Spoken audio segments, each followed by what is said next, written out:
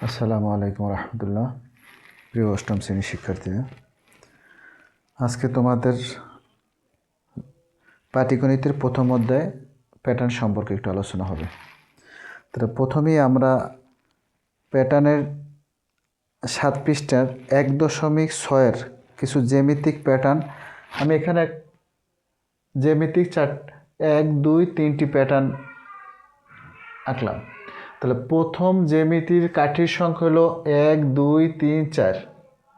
দ্বিতীয় জ্যামিতির যে কাঠির সংখ্যা 1, 2, 3, 4, 5, 6, 7। তাহলে দেখা যাচ্ছে যে প্রথম চিত্রের কাঠির সংখ্যা থেকে দ্বিতীয় চিত্রের কাঠির সংখ্যা 7টি করে বাড়ে। আবার দ্বিতীয় চিত্রের কাঠির থেকে তৃতীয় চিত্রের 1, 2, 3, 4, 5, 6, 7, 8, 9, 10 প্রতিবার 3 করে বৃদ্ধি পায়। তো এখন আমরা যদি প্রথম চিত্রের কাঠির সংখ্যা আমরা নির্ণয় করি, অথবা চতুর্থ চিত্রে যে কাঠি আছে সেটা যদি আমরা নির্ণয় করি, তাহলে আমরা লিখতে পারি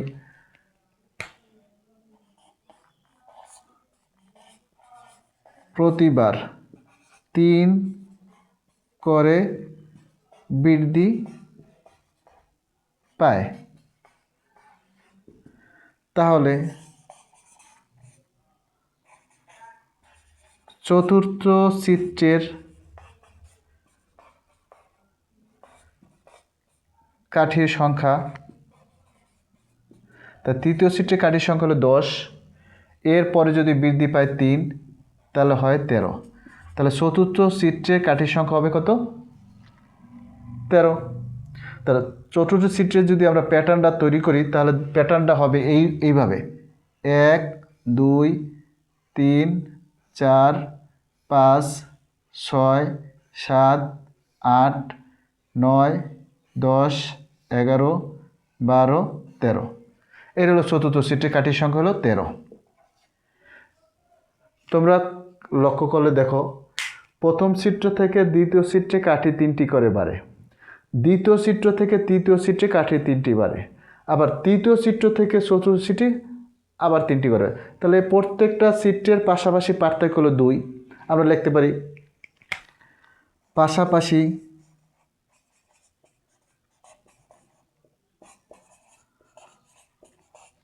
দুটি চিত্রের কাঠির পার্থক্য 3।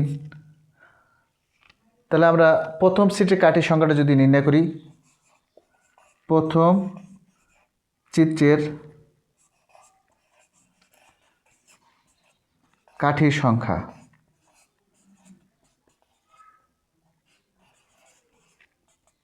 তাহলে প্রথম চিত্রের কাঠির সংখ্যা আমরা 4 বানাবো।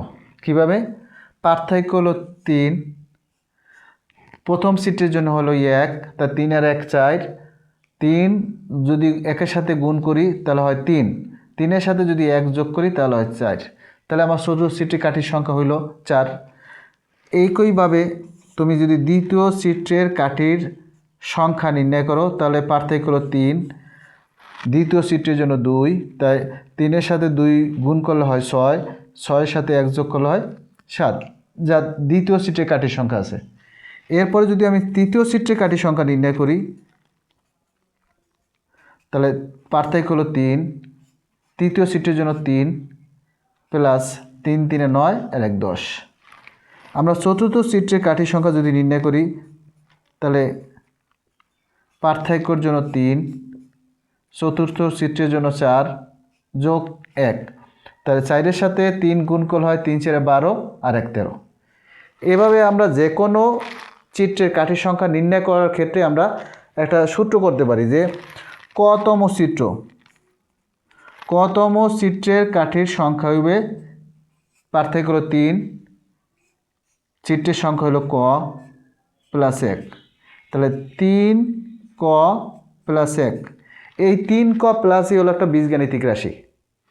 এই রাশির সাহায্যে তুমি যে কোনো পদের যে কোনো চিত্রে কাঠির সংখ্যা নির্ণয় করতে পারবা। এরপর আমরা যদি দ্বিতীয় চিত্রের দিকে খেয়াল করি, বইয়ের 7 পৃষ্ঠার দ্বিতীয় চিত্র যদি খেয়াল করি, তোমরা কি দেখতে পাও? প্রথম চিত্রে কাঠির সংখ্যা হলো 6, দ্বিতীয় চিত্রে কাঠির সংখ্যা হলো 11, তৃতীয় সিটের কাঠির সংখ্যা হলো 16।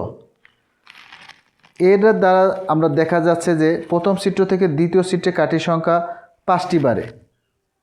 তাহলে আমরা যদি এভাবে লিখি যে প্রথম চিত্রে কাঠির সংখ্যা, তাহলে আমি এটা মুছে দিই।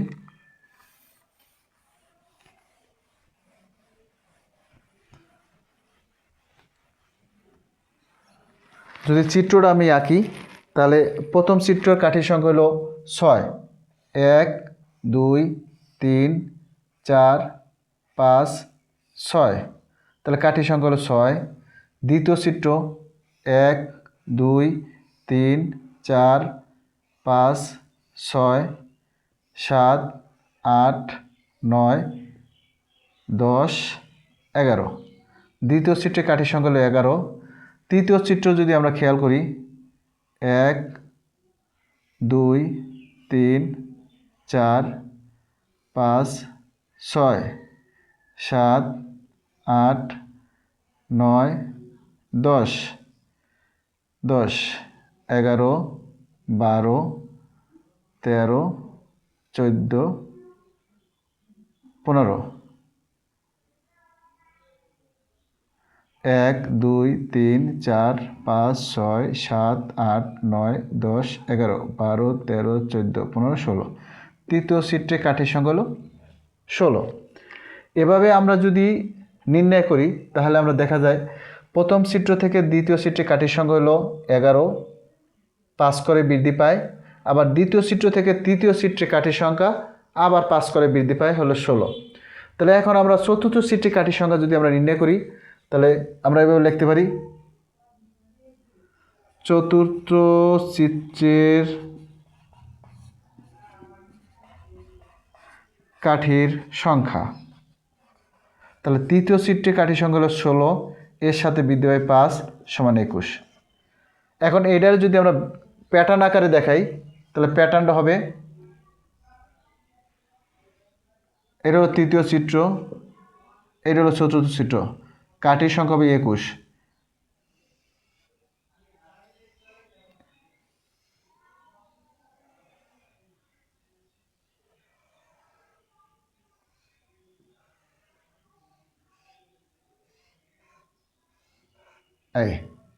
এইটা হলো চতুর্থ চিত্রে কাঠির সংখ্যা হবে কত? 21। এখন আমরা যদি বীজগাণিতিক রাশি নির্ণয় করতে যাই সেক্ষেত্রে আমরা এইভাবে লিখতে পারি যে প্রথম চিত্রে কাঠির সংখ্যা,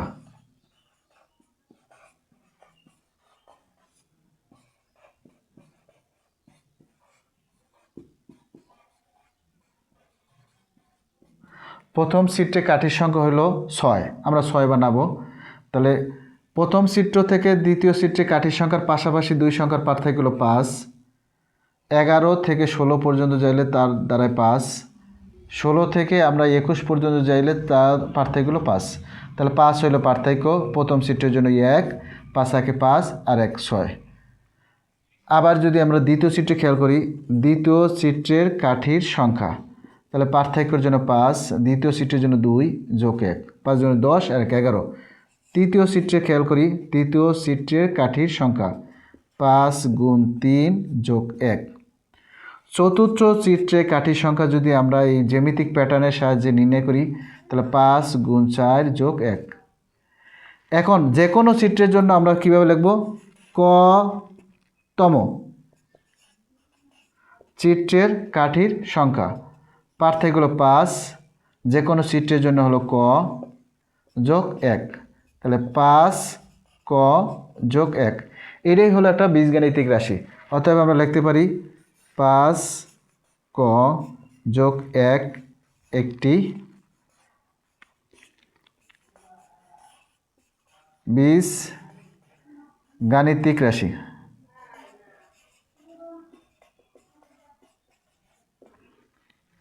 এভাবে তুমি পরের চিত্রটাও এইভাবে তুমি করতে পারবা। ধন্যবাদ আজকের জন্য, ভালো থাকো।